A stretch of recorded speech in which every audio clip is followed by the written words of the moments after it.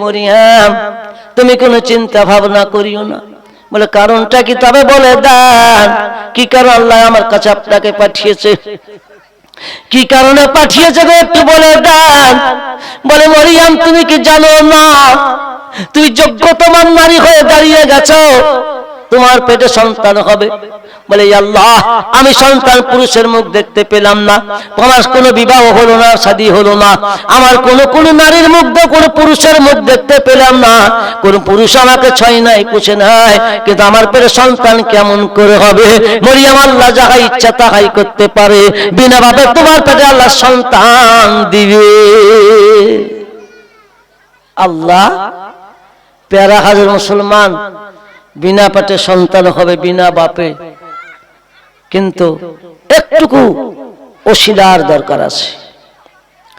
কোন কিতাব লিখেছে ভাই ফুকের দ্বারা পেটে সন্তান এসেছে, কোন কিতাব লিখেছে ফুল শুনিয়ে দেওয়ার পরিবর্তে এসেছে। বেশিরভাগ মতামত আদম নবী আলাইহিস সালামকে যখন দুনিয়ার বুকে দুনিয়ার তৈরি করা হয়, ওই টাইমে রূহ মুবারক যখন তার বুকের মধ্যে প্রবেশ করিয়ে দেওয়া হয়, তখন একটা হাঁচি তুলেছিলেন, হাঁচির সঙ্গে সঙ্গে বলেছিলেন কি আলহামদুলিল্লাহ। হাঁচির সঙ্গে একটা ছেলেমা বেরিয়ে এসেছিল, আল্লাহ জিবরিল আমিনকে বলে দিলেন, কি বলে জিবরিল আমিন তুমি তাড়াতাড়ি তুমি চলে যাও, তুমি চলে যাও, ওই ফেরেশতা টুকুনকে তুমি নিয়ে এসে জান্নাতে রেখে দাও, একদিন আমার কাজে লাগবে, একদিন কাজে লাগবে। এ জগতের মানুষগণ, আমার সোনা মানিকেরা, একদিন আমার কাজে লাগবে। এবার বলা হলো কি বলে এই ফেরেশতা টুকুনকে মারিয়াম রাদিয়াল্লাহু তাআলা আনহাকে যখন খাইয়ে দেওয়া হলো, বাপজানেরা তিনি নিজে বর্ণনা করতেছেন কি বলে আল্লাহু আকবার, আমি দুনিয়ার বুকে বহু ফল বহু জিনিস আমি ভোগ করেছি, কিন্তু এর মতো টেস্ট আমি কোনোদিন পাই না। বলুন সুবহানাল্লাহ। আল্লাহুম্মা সাল্লি আলা সাইয়্যিদিনা মাওলানা মুহাম্মদ ওয়ালা আলে সাইয়্যিদিনা মাওলানা মুহাম্মদ। বলে এরকম টেস্ট আমি কোনোদিন জিনিস খাওয়ার পরে এরকম টেস্ট আমি পাইনি। আহা হা, আল্লাহ কি থেকে কি করতে পারে চিন্তা করে দেখলেন ভাই। আল্লাহ মুর্দাকে জিন্দা করতে পারে, জিন্দাকে মুর্দা করতে পারে। বলি আল্লাহ আমাদেরকে যেন মদিনা বলা হওয়া তৌফিক যেন আল্লাহ দান করে, সকল একটা বাক্যে বলি আমিন। আমরা যেন নবী প্রেমিক হতে পারি। পেয়ারা হাজির মুসলমান, বলে মারিয়াম তুমি হা করো। হা যখন করা হয়ে গেল বাপজানেরা, বাবা জীবনের আগে ওই জিনিসটাকে যখন খাইয়ে দেওয়া হলো, বাপ খেয়ে নেওয়ার পর দেখা গেল কি জিবরিল আমিন অদৃশ্য হয়ে চলে গেলেন। আল্লাহর কাছে কান্না করে, নামাজ পড়ে কান্না করে, ইবাদত করে, বন্দেগী করে কান্না করে, বলে আল্লাহ আমার দিনের দিন তো আমার পেট একটু মোটা হতে থাকবে, গা তো ভারী হতে থাকবে। বলে আল্লাহ গো আমি কেমন করে মানবন্দের কাছে আমি মুখ দেখাবো, কেমন করে লোকের কাছে মুখ দেখাবো?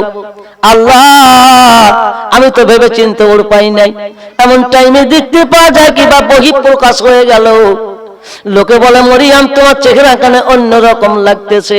মসজিদের মুসল্লিরা বলে মরিয়াম তোমার চেহারা কানে অন্যরকম লাগতেছে। বাবা জীবনে এক দুই করতে করতে, এক কানু কান করতে করতে বাবা জীবনের শয়তান জুব্বা পিরখান গায়ে দিয়ে লখিলামপুর ওই ব্রিজের কাছে গিয়ে বলে কি মরিয়ামের এই অবস্থা, আর এক জায়গায় বলে কি মরিয়ামের এই অবস্থা। বাবা জীবন সুবহানাল্লাহ দেখানো দেখি চারিদিকে গ্রামের চারিদিকে রটতে আরম্ভ করে দিয়ে বাপ জানে না মরিয়ামের কাছে আসে, কেউ গালে থাপ্পড় মারে, কেউ চড় মারে, কেউ ঢালো মারে, কেউ থুতু দেয়। বলে তোমাকে লজ্জা করে না মরিয়াম? তুমি এখনো পর্যন্ত বলে দাও এ পুত্র পিতাকে। বলে এ পুত্র পিতা কেউ নয়, এটা আল্লাহর তরফ থেকে আল্লাহ আমাকে দান করেছে। আল্লাহ তরফের সন্তান এটা, এর কোনো পুত্র এর কোনো পিতা নাই, এর কোনো আব্বা নাই, এর কোনো বাবা নাই, এ আল্লাহ তরফেরই সন্তান। এটা কোনো মতো হতে পারে না। এ জগতের মানুষরা বিশাল আকারে বাবা জীবনে বিশাল আকারে কিন্তু একটা সমাজ বসে গেল। সমাজ বসে যাওয়ার পর বিচার হতে আরম্ভ করলো। কেউ বলে কি তার খালুর কাজ, নাউজুবিল্লাহ। কেউ বলে কি জাকারিয়ার কাজ, বলে নাউজুবিল্লাহ। পেয়ারা কাজে মুসলমান গো, বাজারেরা বিচারে বিচারস্ত সাব্যস্ত করা হলো কি মারিয়ামকে বাবা জীবনে দেশ থেকে বাড়ি করে দেওয়া হোক, আগে বনবাসে দিয়ে দেওয়া হোক, বনবাসে যেন যাই, বনবাসে রাখা আসা হোক। বাবা জীবনে মারিয়াম রাদিয়াল্লাহু তাআলা আনহাকে বনবাসে নিয়ে যাওয়া হয়। সেই বনবাসটা কোথায়? বেথলেহেম পাহাড়ের কাছে তলদেশে নিয়ে যাওয়ার পর সে বেথলেহেম পাহাড়ের পাদদেশে তাকে বনবাসে দিয়ে আসা হলো। বাবা কি খাবে? আল্লাহ রুজির মালিক, আল্লাহ রুজি দেন।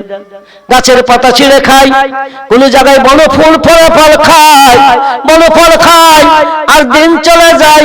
এমন টাইমে শয়তান আবার যুক্তি করলো কি এক তরকা বিচার হয়েছে, অন্য তরফা তো বিচার হলো না।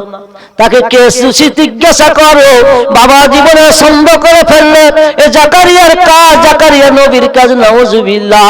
জাকারিয়া নবীর কাজ বাবা জীবনেরা ইহারে ইহুদিরা সব সুবহানাল্লাহ বিহামদিহি ছুটতে আরম্ভ করে দিয়েছে জাকারিয়া নবী আলাইহিস সালামের কাছে। জাকারিয়া নবী বাবা জীবনেরা আগে আগে ছুটে চলে যায়, এধারে কিন্তু পেছু পেছু ছুটে চলে যায়। সম্মুখে একটা গাছ দেখতে পাই, গাছ দুফাক হয়ে গেল। জাকারিয়া প্রবেশ করে দিলে সুবহানাল্লাহ বেগম দেখে গাছে বাবা একটা কিন্তু চাদরের কোনা বাইরে ছিল। লোকে বলে কি জাকারিয়া নবী গাছের কাছে সাহায্য চেয়েছিল, বলে না। গাছ বলেছিল না, আমি তোমার কাছে সাহায্য চাই না। জাকারিয়া নবীর গাছ দুফাক হয়ে গেল, তিনি ঢুকেছিলেন গাছের কাছে, কোনোদিন সাহায্য তিনি চাহাননি। নবীরা অতই অবুঝ নয় যে গাছের কাছে সাহায্য চাহাবে। পেয়ারা হাজার মুসলমান, আজাজিল শয়তান দলে আগে আগে চলে যায়, এই ইহুদির বাচ্চারা কিন্তু পেছনে পেছন চলে যায়। যেতে যেতে দেখতে পাওয়া যায় কি বাপ গো, শয়তান বলে কি এই গাছের ভিতরে আছে। বলে কেমন করে হতে পারে? বলে এই যে চাদরের খুঁট কিন্তু বেরিয়ে আছে, চাদরের খুঁট বেরিয়ে আছে গো। ওই আমার আব্বা জানে পেয়ারা গাছের মুসলমান, তবে কি করতে হবে? একে চিরাই করতে হবে, চিরাই করতে হবে। বাবা জীবনেরা ওই আমার আব্বা জানেরা, ওই আমার ভাই আব্বা জানেরা চিন্তা করে দেখলেন বাপজানেরা, আল্লাহ পাক রব্বুল আলামিন বলেন কি? বলে জাকারিয়া বন্ধুরে, আজকে তুমি যদি একবার হু করো, তোমার আমি এলাকাকে আমি ধ্বংস করে দিব। কেউ বক্তা বলে কি তোমার নবীর থেকে নাম কাটতে দেয়, নেভার, কখনো না, কখনো না। বলে আল্লাহ বলেন কি? বলে জাকারিয়া তুমি শুনে নাও, আমি আল্লাহ, তুমি যদি উহু করে আমি আল্লাহ সহ্য করতে পারবো না, আমি তোমার এলাকাকে ধ্বংস করে দেব, উড়িয়ে দিব। চুপ করে গেলেন।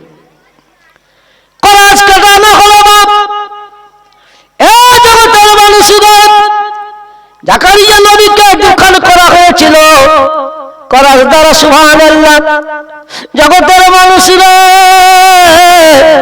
মা মারিয়াম রাদিয়াল্লাহু তাআলা আনহা বেথলেহেম পাহাড়ের দিকে বাপ এখনো পর্যন্ত আছে। ইধারে ঘুরে যাই, ইধারে ঘুরে, আর কতদিন ঘুরবে? সহ্য করতে পারে নাই।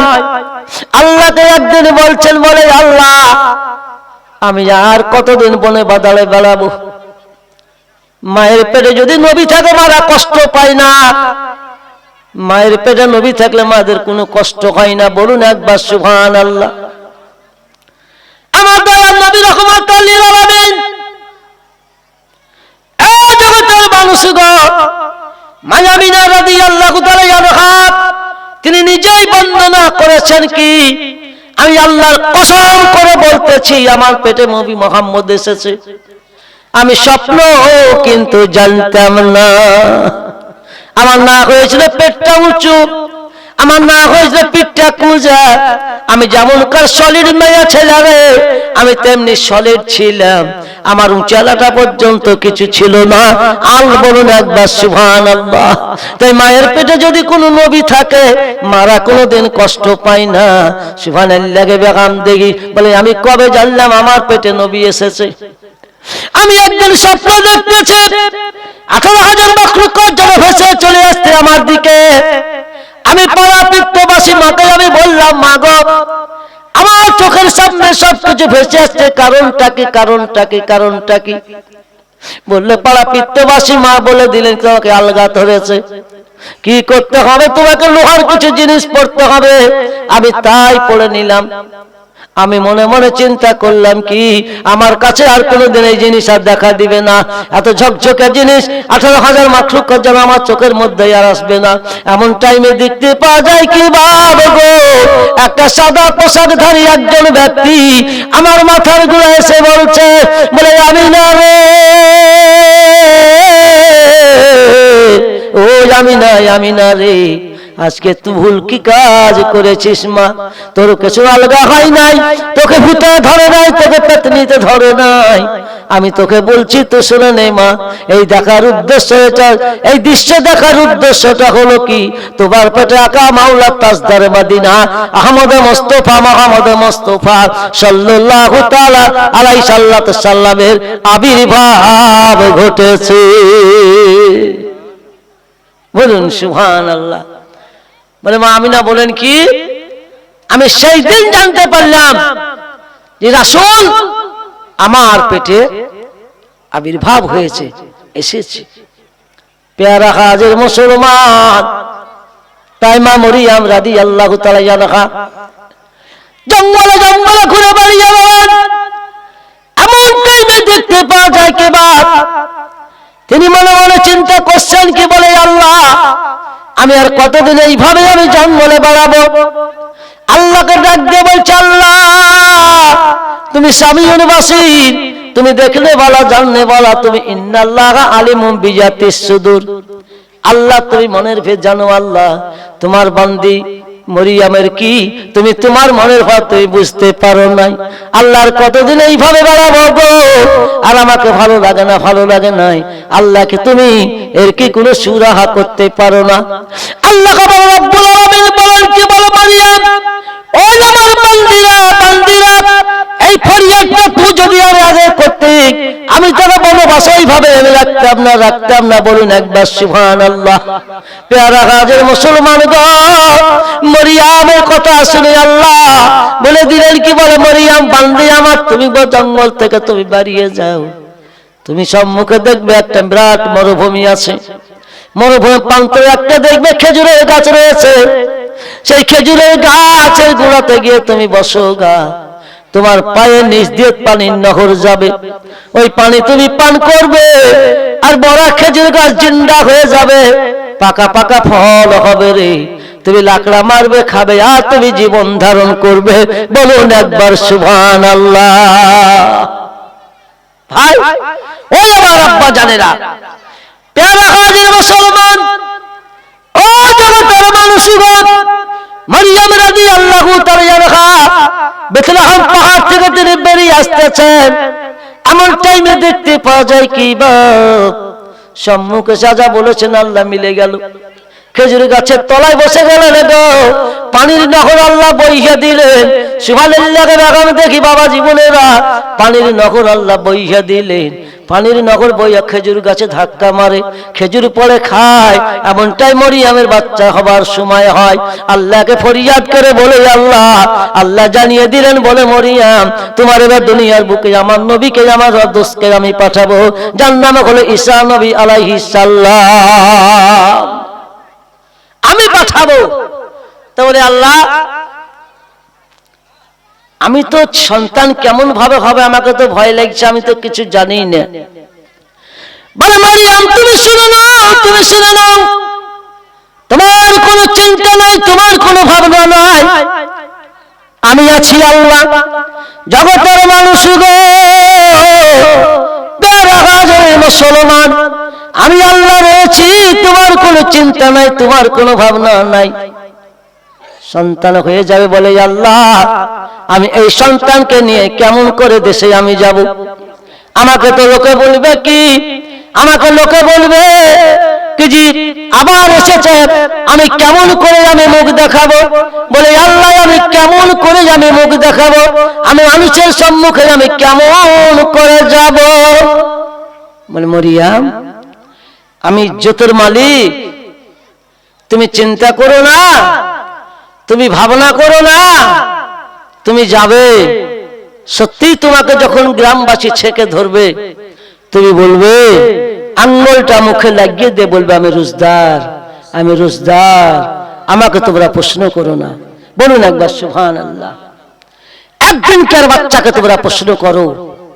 আহা হা, ঈসা নবী আলাইহিস সালাম যদি একদিনকার বাচ্চা কথা বলতে পারে, দয়াল নবী রাহমাতুল লিল আলামিন যে নবীকে তৈরি না করলে 18,000 মাখলুকাতকে আল্লাহ রাব্বুল আলামিন তৈরি করতেন না, সে কেন একদিনকার বাচ্চা কথা বলবে না? ভাই ইয়া হাবলে উম্মতি, কাবার দিকে মুখ করে, কাবার দিকে মাথা করে সিজদা করে, ইয়া উম্মতি ইয়া উম্মতি। ভাই বাবা জীবন, দেহটা তার রেশমি পশম দিয়ে ঢাকা, চাদর দিয়ে ঢাকা, এমনকি মা আমিনা পর্যন্ত তেনার লজ্জাস্থান পর্যন্ত দেখতে পায়নি। বলুন একবার সুবহানাল্লাহ। নারী কাটা ছেদন অবস্থাতে আল্লাহ দুনিয়ার বুকে, খাতনা অবস্থাতে দুনিয়ার বুকে নবীকে পাঠালেন। বলে মারিয়াম তুমি শুনে নাও, তুমি শুনে নাও, যখন তোমার গ্রামের মধ্যে যখন তুমি প্রবেশ করবে, লোকে তোমাকে ছেকে ধরবে রে, তুমি একটা কথাই তুমি বলে দিও, তুমি বলে দিও যে আমি রোজদার আছি, রোজদার আছি, মুখে আঙ্গুল দিয়ে। আমাকে তোমরা প্রশ্ন করো না, প্রশ্ন করো না, আমার শিশু বাচ্চাকে তোমরা প্রশ্ন করো, আমার শিশু বাচ্চা সবই তোমাদেরকে বলে দিবে। আল্লাহর নবী, নূরের নবী গো, আপনি নবী আমার জীবনের জীবন। দেখিয়া নবীজির মুজিজা, ভাগ্যবতী খাদিজা সফিয়া দিলেন তারে জীবনের জৈবন। আল্লাহর নবী, নূরের নবী গো, আপনি নবী আমার জীবনের জীবন। যেদিন পড়িলে কালেমা নজরানা, সেদিন বিলাল হইল দিবানা, আর কোনদিন বিলাল নবী ছাড়েন না। আল্লাহর নবী, নূরের নবী গো, আপনি নবী আমার জীবনের জীবন। আরে কাফের যত মেরে যায়, ঈমান তত বেড়ে যায়, এ নবী নবী করে বেলাল কান্দে সর্বক্ষণ। আল্লাহর নবী, নূরের নবী গো, আপনি নবী আমার জীবনের জীবন। মারিয়াম রাদিয়াল্লাহু তাআলা আনহা, জগতের মানুষ গো, বাড়ির দিকে তিনি রওনা হয়েছেন, আল্লাহর হুকুমে রওনা তিনি হয়ে গেছেন। এমন টাইমে দেখতে পাওয়া যায় কি, বলে একটা হই হল্লা হতেই পারে যে মরিয়াম আজকে বনবাসে দেওয়া হয়েছিল, বলে ফল ভক্ষণ করেছে, পাতা চিবিয়েছে। আজকে মরিয়ামকে যখন বনবাসে দেওয়া হয়, তার পেটে তখন সন্তান ছিল, আজকে সন্তান ভূমিষ্ঠ হয়েছে, মরিয়াম পুনরায় আবার দেশে এসেছে। আল্লাহর কারিশমা বড়, বুঝা বড় দায়। ও জগতের মানুষের আল্লাহ কি করতে পারে চিন্তা করে দেখে নেন। ইন্নাল্লাহা আলা কুল্লি শাইইন কাদির। আল্লাহ বলেন কি আমি যাহা ইচ্ছা তাহাই করতে পারি। মানুষ গো, মুসলমান যখন ছেকে ধরেছে, বল মরিয়াম তো আবার দেশে এসেছিস, তো ইট পাটকেল তোলে কেউ মারতে যায়। মরিয়াম বলে কি বলে বলে রে, বলছি মরিয়াম তোমার কি লজ্জা লাগে না? তোমাকে লজ্জা হয় না? আবার তুমি কেমন করে তুমি দেশে এসেছো? বলে বোনেরা মায়েরা তোমরা শুনে নাও, আমি রোজদার আছি, আমি রোজদার আছি, যা জিজ্ঞাসা করবে তোমার পুত্রকে তুমি জিজ্ঞাসা করে নাও। তখন বলে তাই নাকি? পুত্র তো উত্তর দিবে, বলে হ্যাঁ আমার ছেলে, আমার সন্তান তোমাদেরকে উত্তর দিবে, অ্যানসার দিবে। তোমরা শুনো, ভালো মন্দ লোক থাকে বলে এই বাজে কথা, কেন না একটু থাম না, একটু দেখাই যায়। জগতের মানুষ গো, বলে চুপে গেল, বলে বলে বলে বলে বলে তুমি কার সন্তান? পুত্ররা সন্তানকে জিজ্ঞাসা করা হয়, বলো তুমি কার সন্তান? তোমার আব্বাকে বলো, বলো তুমি বলে দাও। উত্তর আসছে কি সুবহানাল্লাহকে বেগাম দেখি বাবা জীবনেরা, ইন্নী আব্দুল্লাহ, আমি আল্লাহর বান্দা, ইন্নী আব্দুল্লাহ। এবার আমি হলাম পয়গম্বর, আমি হলাম একজন নবী, আমার নাম হলো ঈসা নবী আলাইহিস সালাম। বাহ, আল্লাহ কি না করতে পারে? উত্তর হয়ে গেল, মিটে গেল ঝামেলা। বাইতুল মুকাদ্দাস যে জায়গায় ঝামেলা চলছে, সেই জায়গায় কামরা তৈরি করে দেওয়া হলো, সমাজ ভার বহন নিল, বলে না, সতী কন্যা ছিলেন তো মরিয়মই ছিলেন, তাকে দেখভাল করার জন্যই করে দেওয়া হলো। বাপ, এখান থেকে বক্তব্য করতে চললাম। আমার ভাইজান শুকুরুল্লাহ ভাই, তিনি বসে আছেন। ওটা আছে আমার শাশুড়ির বেটা, আব্বা, আমার শাশুড়ির আব্বা। মানে আমার শাশুড়ির আব্বার নাম ছিল শুকুরদ্দি। তারপর ওইখানকারই তো সব, আমারও শ্বশুর বাড়ি ওইখানে।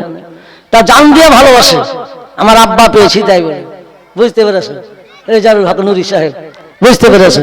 তো যাক, আমি আর টাইম নষ্ট করবো না, প্রায় 1 ঘন্টা মতন হলো। তো যাক, বলার মাধ্যমে চলা, একটা মানুষের ভুল হয়, কিন্তু একটা ছাগল